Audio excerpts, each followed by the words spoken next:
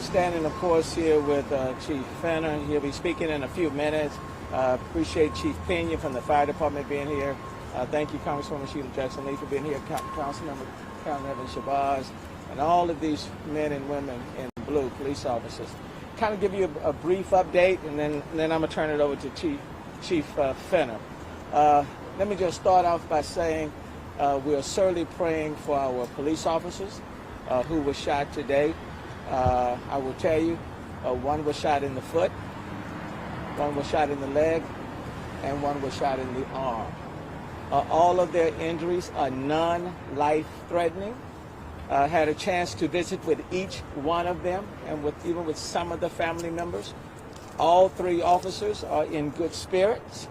All were talkative, and we expressed, number one, our support of them, how appreciative we are of their service, and how grateful and thankful that their injuries were not a lot worse, because it could certainly have been a lot worse. So again, all of them are in good spirits, and their injuries are non-life-threatening. Had a chance to talk to all of them.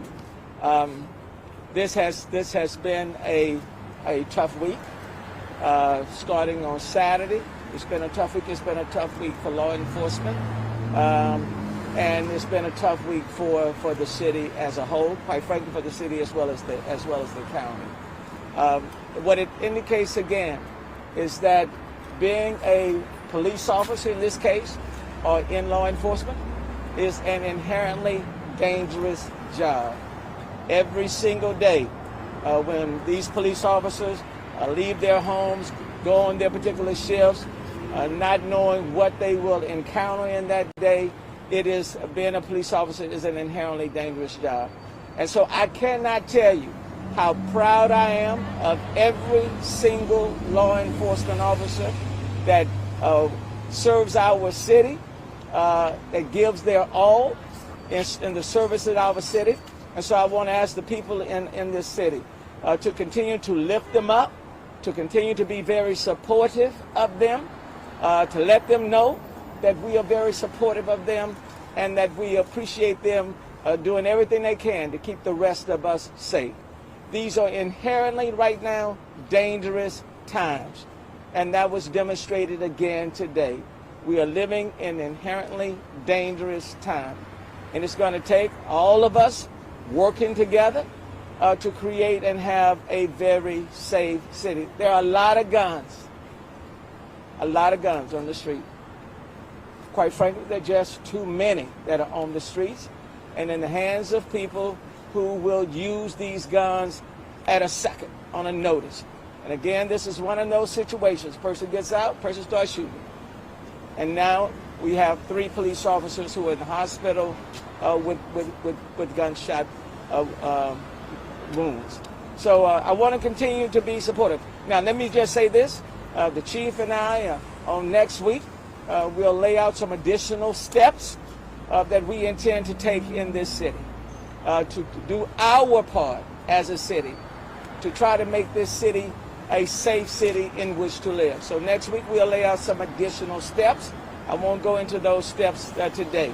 But I'm going to ask people in this city to work with police, to work with Crime Stoppers and others, to participate in helping to make this city a safer city.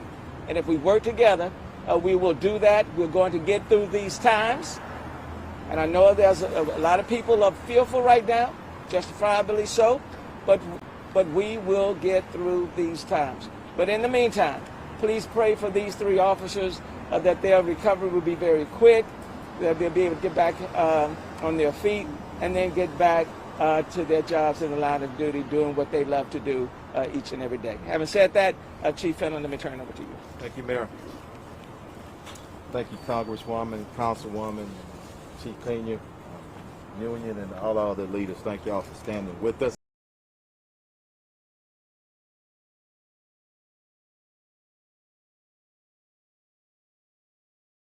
Say one thing. I want everybody, all our leaders, before I update you on what happened out here on this scene. No more excuses. Everybody, take an active role and get intentional in doing whatever you can do to fight gun violence in our city. Period. It's not really a difficult thing. Bad, dangerous people, it's a place for them, and that's in jail. But let me give you the update. So approximately 2:42 p.m., officers responded to a residence on the 1500 block of Trolley Street. The suspect at some point spotted the officers. He took off in a vehicle. Officers pursued the suspect to McGowan and Hutchison Street. The suspect crashed. Officers, as they got out of the vehicle, the suspect immediately fired upon the officers, striking 3 officers. All the officers returned fire. It is unknown at this time if that suspect is hit. Once he got out of that vehicle, he carjacked at gunpoint a white Mercedes-Benz. Other officers pursued him to a home in the 1800 block of Lockwood. Officers surrounded that house. The suspect fired multiple times. Thank God he didn't strike any of the officers. Officers returned fire. Again, we don't know if that suspect is injured. He's still in the home. We treat it as a barricaded suspect. We'll give you an update as I receive it. The last update I received a few minutes ago, he's still in the home. We're trying to negotiate to get him out. We got 2 crime scenes. The officers who fired, they're going to be on administrative leave after they get out of the hospital. But the mayor said it. And we're just grateful to God that they're all right. It's been a tough week for law enforcement in our city. And the two law enforcement officers that we lost, continue to pray for them and their family as we plan for their funerals. But it's tough. When I received that call today, 3 officers down, and you don't know the condition. But I'm going to tell you, stand by your law enforcement officers. Stand by the justice system. And we're going to continue to work here in Harris County, Houston-Harris County, to make sure we're doing everything we can do. But we need help from everybody. And remember what I said. And this doesn't go for individuals who need treatment, suffering from drug addiction, or mental illness. But these violent individuals, I'm damn tired of them. And we need to stand up as a community and do whatever we got to do. If that is to have more jail capacity, let's get it done. No more excuses. Questions? I'm sorry. Let me just say this. I do want to thank, and I want to thank the Houston Fire Department, Chief Penny, for being right there promptly and for transporting officers to Memorial Hermann. Nurses, the doctors here at Memorial Hermann, each and every time. They do an exceptional job of going over and above, providing excellent medical care to our officers, to firefighters, to people who find themselves in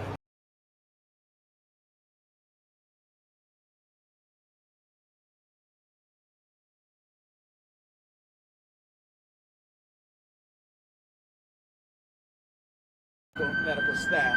I do want to say that, you know, we provided resources to the police department. We'll provide even more. It's going to take all of us at every level to step up and to a safer city. And we will. We will make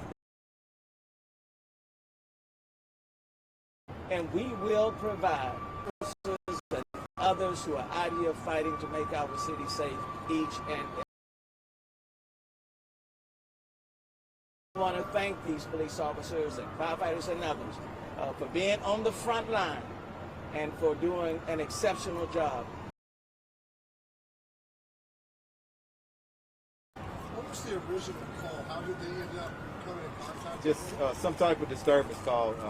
Family active, and that's what I have at this time. Go ahead.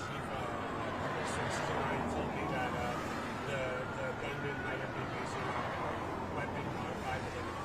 contact with him and get him out, so we don't know at this time. Has he been communicating? No. We're Go ahead. live in Spanish. If I don't know if Chief Peña can tell us in Spanish the condition of the officers. Yeah. Give us 1 second, and we're gonna get through with these, and then we'll do the yeah. That's, hold on. Let this pass.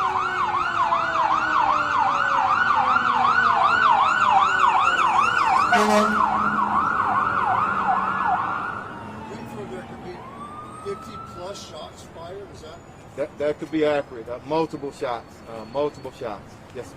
Chief, heard you say that some of the officers were transported by other officers? Yes, I think 2 of our officers were self-transported by one of our patrol officers, and the third was from HFD. Chief, was this carjacking That was carjacked. How's that person doing? I hadn't heard any injuries on that, and we hope that's the case, but we'll follow up with you on that because I don't know at this time. One person over there, I can't see through the lights, but That was the same question, but did you find other weapons inside the Charger? that's part of the investigation, and at this point, I don't know right now. That scene's still active. Go ahead. Some areas evacuated because of the nature, because of I'm pretty sure that that's a residential area out there on Lockwood, and that's what we do. We try to evacuate everybody around there, keep them safe. Can you describe the suspect's knowledge of the home is burned? Is that he knows? Is he breaking? I'm not sure. I just can tell you it's a single residence home, one story, I think. I don't have any suspect information right now. Nothing confirmed. Okay. was there anybody in the home when he went into that home? I did get some reports that there was some residents in the home and they ran out when he came, but we don't believe that it's anybody in there right now but the suspect, but we need to confirm that. So no potential hostages? Not at this time. Any more questions? Was the Lockwood address like a random place that he went to, or did he go there? I'm not sure. Yeah, not sure, Randy. Thanks. This outlaws disregard for the law, for law enforcement, the lives of law enforcement. What do you attribute that to? Hey, who knows? But I know one thing, Randy. We need to address it, and we need to deal with those individuals. And one thing that people miss sometimes, it's not most of our citizens. It's a small group of individuals that's committing havoc. Our city is a great city with great people in it. We're gonna stand up for them, and we're gonna find out a way to deal with those very few, very violent individuals. Thanks for that question. Chief, could you let us know about the ranks of the officers injured? Everybody is, I'll give you the 3, 4, and 5 year. They all officers from Northeast. Thanks for asking. Chief, if they continued to participate in the shootout after they were already injured. Let me tell you something, and that's what people need to understand about the great men and women on our police department. You have some brave officers that put their line on the line every day, and I'm proud of them. And make no mistake about it, we release videos, and citizens are going to see the fight in them when they have to fight. Question for the mayor. You said that you're going to announce some initiatives next week. Are you talking to other cities? Because we know that this is happening across the country. It is happening across the country, but I would tell you I'm primarily concerned about what's happening in the city of Houston. Over the last week and a half, Chief Fenner and I and others have been talking about additional steps that we intend to take to protect the people in this city, to make this city safer. A more comprehensive approach. Quite frankly, that was going to be laid out this week, but so much has taken place this week. So we will unfold those initiatives next week. But the crime in this city is too high. Okay? And it is important that we do everything on our part as the city to combat that. Now, even everything that we will announce next week need to be augmented and supplemented by other levels. We have way too many cases that are backlogged, criminal cases, over 100,000. That's unacceptable. Okay?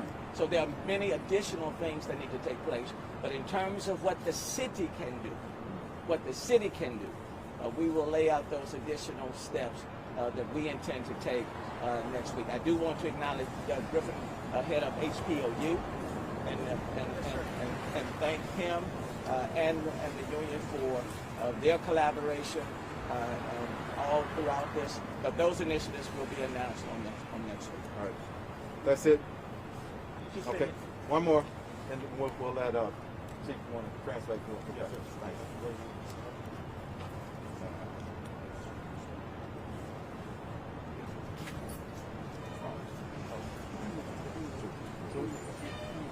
Bueno, buenas tardes. Mire, estamos aquí para informar a nuestra comunidad que esta tarde, más o menos como a las 3 de la tarde, comenzó los policías, el departamento de policía, se vieron sospechosos.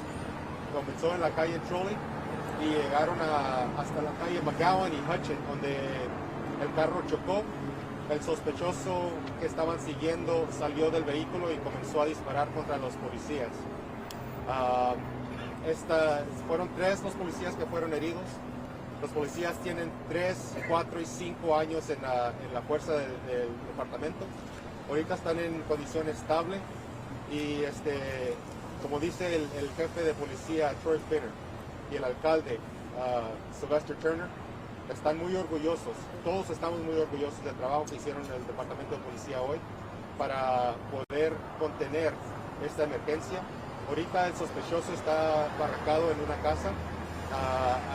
Todavía es una escena que sigue comenzando en pie y esperamos que se resuelva bien y apropiadamente. Pero les podemos comentar que los policías están estables ahorita. Esperamos que se recuperen a un 100%, pero queremos que la comunidad los tenga en su pensamiento y que recen por ellos y nuestra comunidad, que ahorita estamos viendo mucho crimen en esta comunidad. El alcalde también quiere comunicar que está incluyendo recursos apropiados para aumentar los elementos de policía para poder combatir este crimen que estamos viendo en nuestra comunidad y él está poniendo de su parte para poder hacer lo que se tiene que hacer para que la ciudad de Houston esté bien y segura. Let me just also appreciate the president and the executive director of the African American Police Officer, the president's lesson. Okay. Thank you, officer. All right. Thank you all.